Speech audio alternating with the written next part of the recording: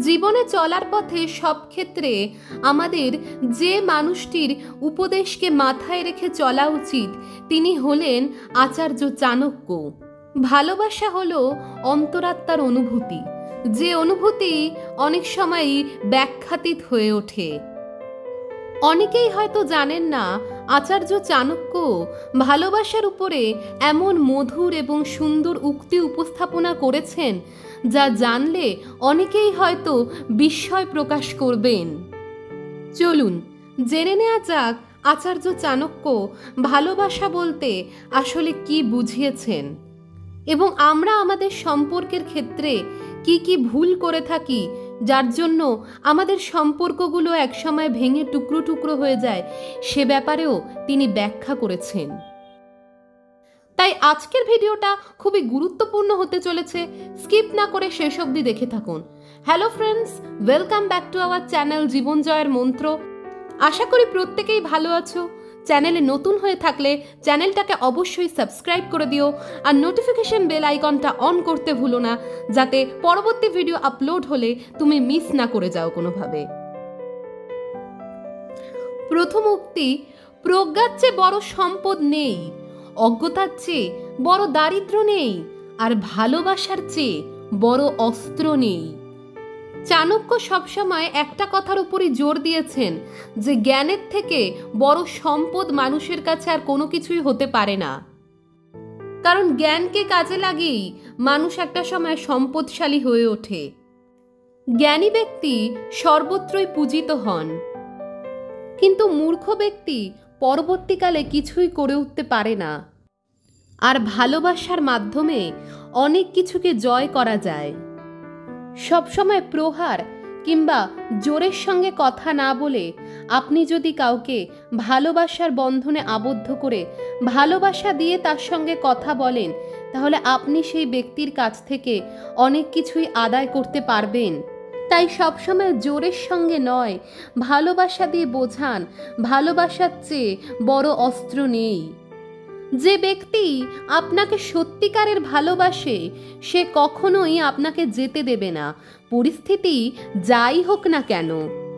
আপনার যাবতীয় দুঃখময় পরিস্থিতিতে, যেমন ধরুন হয়তো আপনার অর্থ সংকট হয়েছে কিংবা হয়তো আপনি কোনো মারণ ব্যাধিতে আক্রান্ত হয়েছেন, এমতাবস্থায় অনেক সঙ্গী বা সঙ্গিনী তার সঙ্গী বা সঙ্গিনীকে কিংবা বন্ধুরা অপর বন্ধুকে ত্যাগ করে।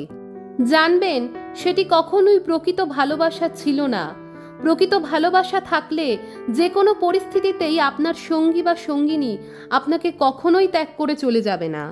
হয়তো আপনাকে নিয়ে তার কোনো ব্যক্তিগত স্বার্থ ছিল, আপনি এটি নিয়ে দুঃখ না পেয়ে বরং আপনি যে একটি মিথ্যে সম্পর্কের হাত থেকে বেরিয়ে আসতে পেরেছেন সেটি নিয়ে আনন্দিত থাকুন।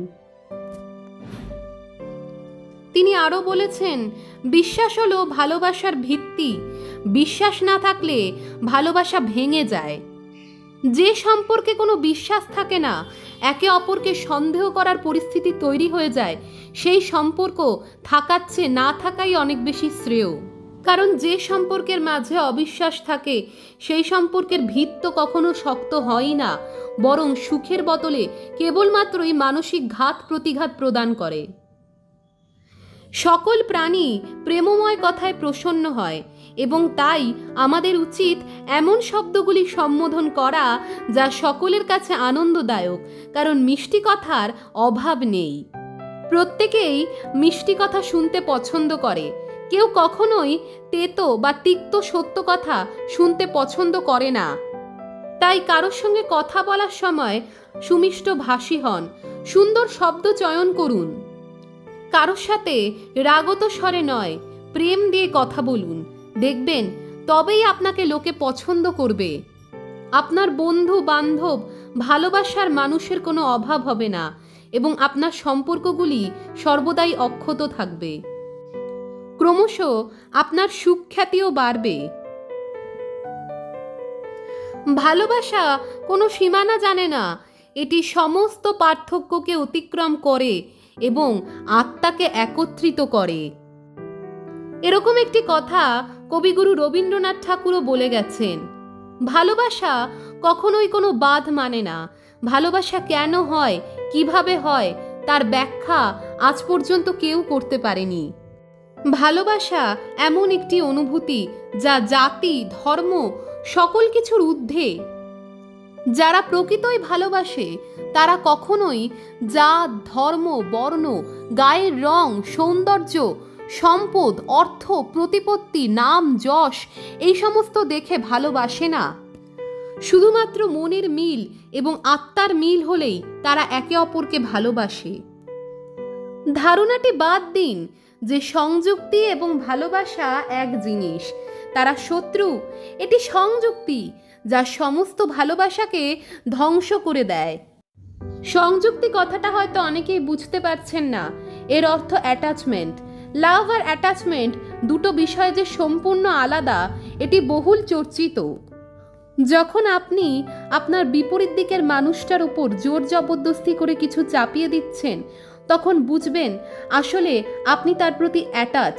এটি কখনোই ভালোবাসা নয়, কারণ ভালোবাসা জোর করে কারোর উপর কিছু চাপিয়ে দেয় না, বরং বিপরীত পাশের মানুষটাকে স্বাধীনভাবে চলার সমস্ত রকম অধিকার দেয়। আপনি যদি কাউকে প্রকৃত ভালোবেসে থাকেন, তাহলে তার ইচ্ছা অনিচ্ছাগুলোকেও আপনি কদর করবেন।